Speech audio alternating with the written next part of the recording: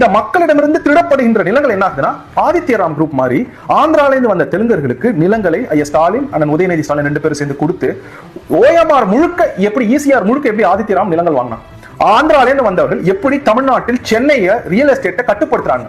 Chennai real எஸ்டேட்ல முதல் 10 இடங்கள் எடுத்துப்போம். எத்தனை தமிழர்கள் இருக்காங்க, எத்தனை தெலுங்கர்கள் இருக்காங்க. அப்ப பாத்துக்கங்க, பறையர்களிடமிருந்தும் தேவேந்திர குல வேளாளர்களிடம் நிலங்களை எழுதி வாங்கி புடுங்கிட்டு அவங்களை கொண்டு போய் ரிசர்வேஷன்ல போட்டுட்டு தெலுங்கர்கள் கிட்ட கொண்டு போய் நிலத்தை கொடுத்து அவங்களை மல்டி பில்லியனர்ஸ் ஆக்குறாங்க. யாரு?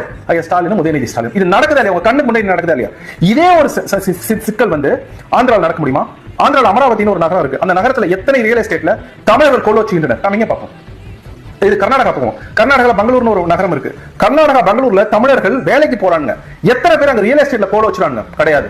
ஏன் கேரளால போங்க, கேரளால தான் எல்லாம் முற்போக்காச்சு. மலையாளிகள் எத்தனை பேர் தமிழர்களை முதன்மை இடத்துல வச்சிருக்காங்க ரியல் எஸ்டேட்ல? கிடையாது. ஆனா தமிழ்நாட்டுல தமிழர்களோட பூர்வீக குடிகளோட நிலங்கள் எல்லாம் புடுங்கப்பட்டு அவன் ரிசர்வேஷனுக்கு போயிட்டான். இவர்கள் பெரிய கோடீஸ்வரனா மாறிட்டு இருக்காங்க. நான் உங்களுக்கு ரொம்ப சாதாரணமா சொல்லல, பெரும்பான்மையான தெலுங்கு அரசியல்வாதிகள், வேற ஒண்ணும் இல்ல, திராவிட முன்னேற்ற கழகத்தில் இருக்க தெலுங்கர்களை தான் நான் சொல்றேன்.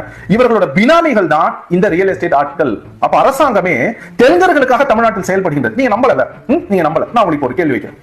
எதுக்கு எடுத்தாலும் பார்ப்பான கைது செய்ய முடியுமா, பார்ப்பான கைது செய்ய முடியுமான்னு கேட்டிருக்காங்க. நானே விமர்சனம் பண்ணி பார்ப்பானர்களை காணொலி போட்டிருக்கேன். இப்ப எனக்கு என்ன கேள்வினா, நான் தான் கிட்னி திருடுன அப்படின்னு சொன்னாங்களே, அந்த சமூகம், அந்த தெலுங்கு சமூகத்தை சேர்ந்தவர்கள் இவர்கள் கைது செய்து விட்டார்களா? சொல்லுங்க. தமிழனை துப்பாக்கி எடுத்து என்கவுண்டர் சுட்டுக் கொள்வாங்க இந்த திராவிட முன்னேற்ற கழகம் ஆட்சிக்கு வந்தா. ஆனா தெலுங்கர்கள் கிட்னியை திருடினா கூட அவங்களை விட்டுட்டாங்க அப்படின்னா, அப்ப யாருக்கான ஆட்சி தமிழ்நாட்டில் ஸ்டாலின் உதயநிதி ஸ்டாலின் நடத்துகின்றன ஒரு கேள்வி உங்களுக்கு வருதா இல்லையா? பறையர்களும் தேவேந்திர குல வேளாளர்களும் எதற்காக ஸ்டாலினுக்கு வாக்கு செலுத்துறீங்கன்ற ஒரு கேள்வி வருதா இல்லையா?